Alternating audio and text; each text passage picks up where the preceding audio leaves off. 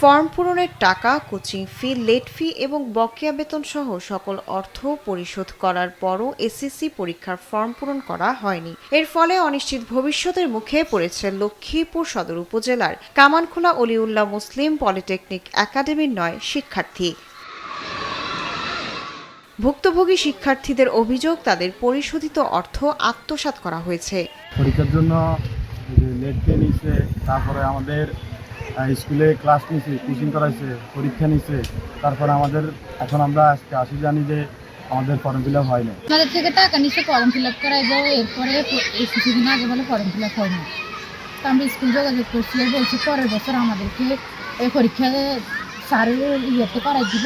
আমরা অকৃতকার্য হয়েছি। এখন 26-এ এসে আমাদের একটা ফেল হয়েছি আমরা। এখন ফর্ম ফিল আপের টাকাও নিচ্ছে আমাদের থেকে।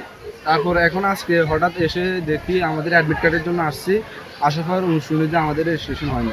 এই সময় উপস্থিত অভিভাবকরা জানান, ফি পরিশোধ করার পরও পরীক্ষায় বসতে পারছে না। এর দায় সম্পূর্ণভাবে প্রধান শিক্ষকের। 21 তারিখে সবাই অ্যাডমিট কার্ড দিছে তো করে দেন ফর্ম ফিল আপ হয় না।